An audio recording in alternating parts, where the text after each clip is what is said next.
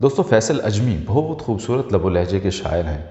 ان کے کلام میں خواہ وہ حمد ہو، نعت ہو، وہ غزل ہو، وہ نظم ہو، بڑا چھوٹا پن ہے، بہت نادر قسم کے خیالات ہیں ان کے پاس، اور میں ان کا ہی کلام آپ کے سامنے پیش کرنے جا رہا ہوں۔ قرآن معجزہ ہے، بشارت حدیث ہے۔ قرآن معجزہ ہے، بشارت حدیث ہے، خالق کو خلق سے ہے محبت حدیث ہے۔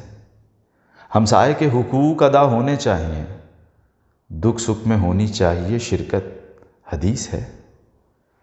گندم کی بالیوں میں بشارت ہے اجر کی، تقسیم ہونی چاہیے دولت حدیث ہے۔ پودا جو ہاتھ میں ہو لگا دینا چاہیے، ہر چند سامنے ہو قیامت حدیث ہے۔ تیرے خلاف دے گا گواہی تیرا بدن، اعضا کریں گے تجھ سے بغاوت حدیث ہے۔ بچوں کو چھوڑ جائیں گی مائیں بھی خوف سے، یہ داستان ہے نہ حکایت حدیث ہے۔